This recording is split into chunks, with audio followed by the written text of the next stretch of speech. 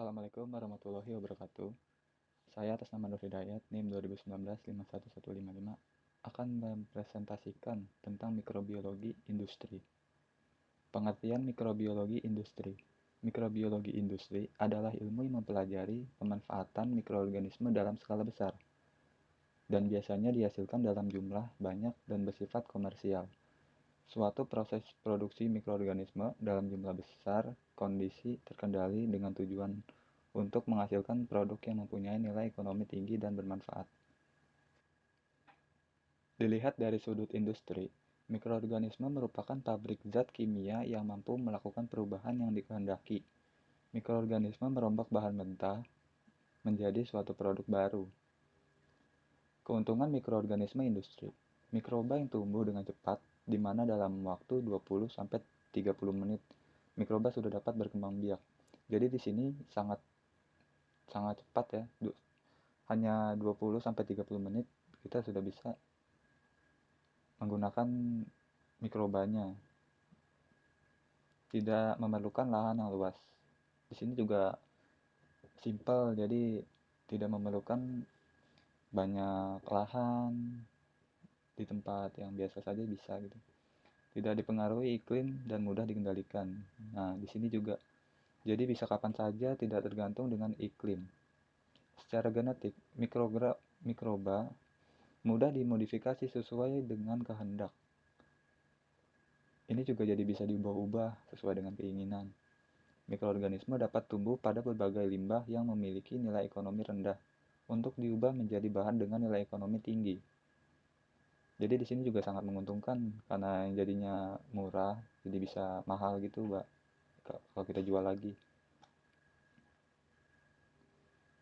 Dalam suatu reaksi, memang mesti harus menggunakan mikroba, tidak dapat digantikan oleh zat kimia.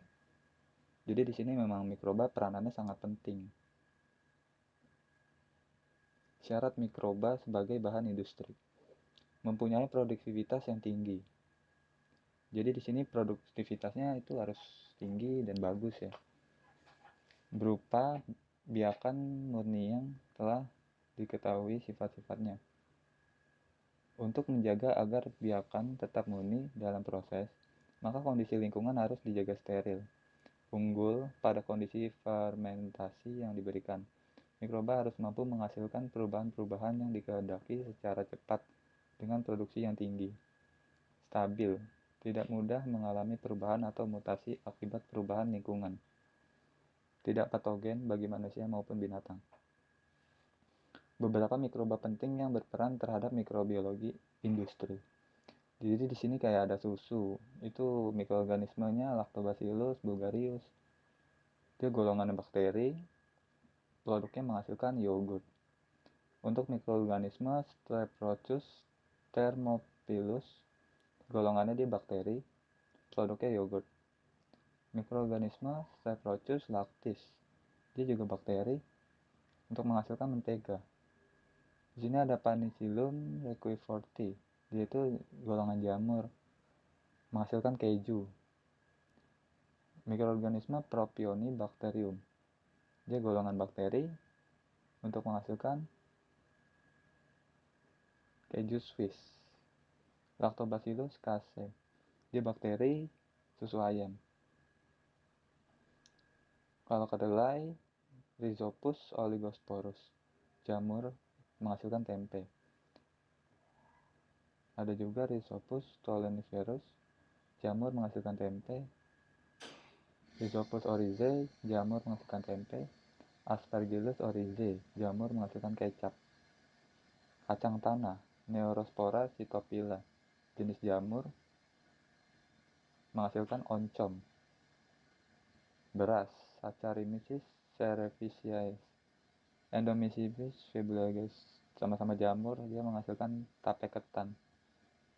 Singkong, Saccharomyces ellipsoides, Endomyxopsis fibulegera, di jamur menghasilkan tape singkong, dan lain-lain ya. Ini cukup banyak.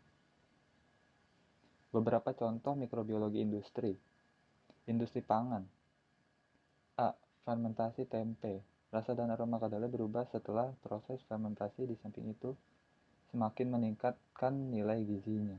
Kualitas tempe sangat dipengaruhi oleh kualitas starter yang digunakan untuk inokulasi.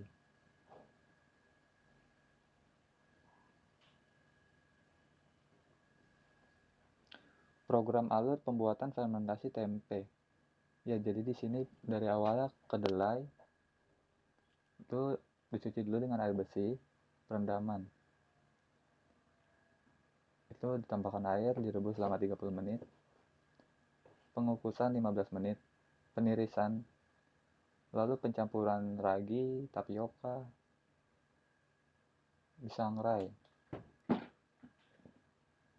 Lalu dikemas di plastik dan difermentasi selama 24 jam, jadilah tempe. Kombucha dikenal dengan jamur teh hatau. Jamur dipo adalah fermentasi teh menggunakan campuran kultur bakteri dan kamir atau yeast, sehingga diperoleh cita rasa asam dan terbentuk lapisan nata. Kombucha dapat digunakan untuk mengatasi masalah kesehatan seperti darah tinggi atau darah rendah, rematik, kegemutan, artritis, migrain, diabetes, dan lain-lain.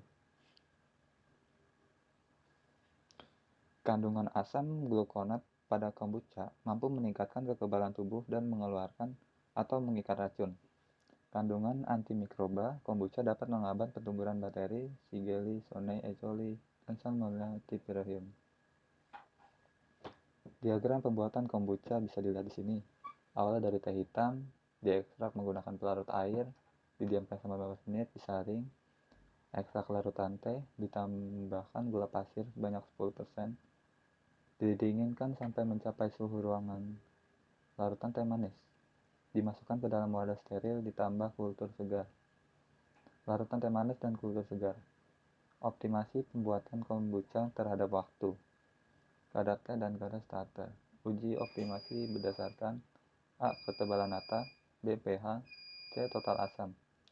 Produk kombucha teroptimasi dilakukan beberapa uji, yaitu uji fisikimia dan B. Uji aktivitas antioksidan, analisis data, dan kesimpulan. Nata de coco. Ini seperti yang biasa kita temui di jajanan-jajanan yang berbentuk jelly kotak itu ya teman-teman. Jadi nata de coco adalah suatu zat yang menyerupai gel, tidak larut dalam air, dan terbentuk pada permukaan media fermentasi air kelapa dan beberapa sari buah masam. Nata de coco adalah jenis nata dengan medium fermentasi air kelapa. Jadi di sini menggunakan air kelapa. Mikroba yang digunakan untuk proses fermentasi yaitu Acetobacter pseudomonas. Nata de coco mengandung serat kasar 2,75%, protein 1,5 sampai 2,8%, lemak 0,35%, dan sisanya adalah air. Nata de coco merupakan sumber makanan rendah energi. Ini ada diagram pembuatan nata de coco.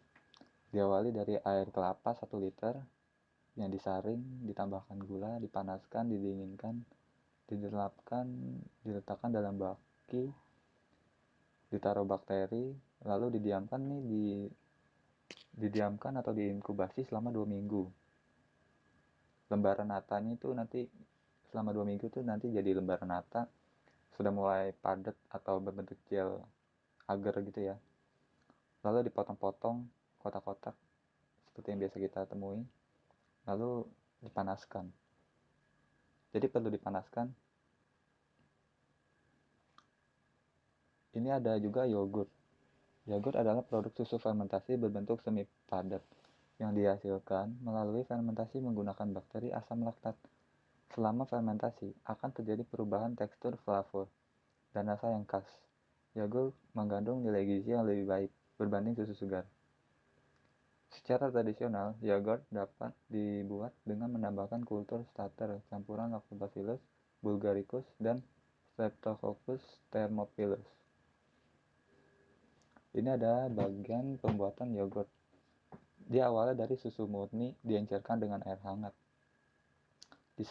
Dipanaskan sampai mendidih. Lalu ditambahkan susu bubuk dan gula 6-8% dari susu. Diaduk dengan rata, didinginkan hingga mencapai 45 derajat Celcius. Tambahkan bakteri starter yogurt. Dimasukkan ke dalam botol steril atau gelas plastik. Lalu diinkubasi atau didiamkan selama 12-14 jam pada suhu ruang. Lalu jadinya yogurt. Di sini ada juga kecap. Kecap adalah cairan kental yang mengandung protein. Diperoleh dari perebusan kedelai yang telah difermentasi dan ditambah gula, garam, dan rempah-rempah. Mutu kecap ditentukan oleh kandungan protein. Mutu pertama mengandung minimal 6% protein dan mutu kedua mengandung 2%. Kecap terbagi dua, yaitu kecap manis. Kandungan gulanya itu 26-61%. Garam 3-6%. Ada juga kecap asin. Kandungan gulanya lebih rendah, 4-19%, namun kandungan garamnya lebih tinggi, yaitu 18-21%. Jadi di sini sangat jelas ya. Kalau kecap manis itu gulanya lebih banyak, jadi manis. Kalau kecap asin, kandungan garamnya lebih banyak, jadinya asin. Diagram pembuatan tempe. Jadi tempe ini awalnya dari kedelai, dicuci dan direndam selama 1 malam, direbus, ditiriskan. Lalu ditambah jamur tempe, diragikan, itu kayak didiamkan 3-5 hari. Ditambahkan larutan garam, diragikan lagi. Yang kedua 3-4 minggu. Jadi ini pembuatan tempe cukup lama ya. Lebih dari 1 bulan bisa. Lalu tambahkan air, dimasak hingga mendidih. Lalu dibungkil, disaring. Hasil saringannya dimasak hingga mendidih. Lalu disaring lagi. Ampasnya bisa untuk makanan ternak. Industri bahan kimia. Industri asam asetat. Asam asetat disebut juga dengan asam cuka. Merupakan cairan berwarna putih dengan bau asam yang sangat tajam. Pembuatan asam asetat secara fermentasi dilakukan dalam 2 tahap, yaitu fermentasi alkohol dan fermentasi asam asetat oleh bakteri. Asam asetat pada larutan yang mengandung alkohol. B. Industri asam laktat. Asam laktat merupakan bahan kimia serbaguna yang dapat digunakan sebagai asidulan, bahan pengasam, aroma, dan pengawet dalam industri makanan dan obat-obatan, kulit dan tekstil, untuk produksi bahan kimia dasar. Produksi asam laktat di dunia mencapai 80.000 ton, dan sekitar 90% diantaranya dihasilkan oleh bakteri. Asam laktat melalui fermentasi dan sisanya dihasilkan secara sintesis dengan menghidrolisis laktonitril. C. Industri alkohol. Secara garis besar, proses pembuatan alkohol atau etanol merupakan proses pengubahan karbohidrat dari berbagai tanaman dengan bantuan mikroba yeast Saccharomyces cerevisiae menjadi alkohol. Karbohidrat sebagai substrat dapat digunakan dari berbagai sumber seperti pati, ubi, nira kelapa, nira nipah, sagu maupun limbah sagu, air kelapa jagung, gandum, limbah bahan organik, dan sebagainya. Industri enzim. Enzim hanya terbentuk di dalam sel makhluk hidup.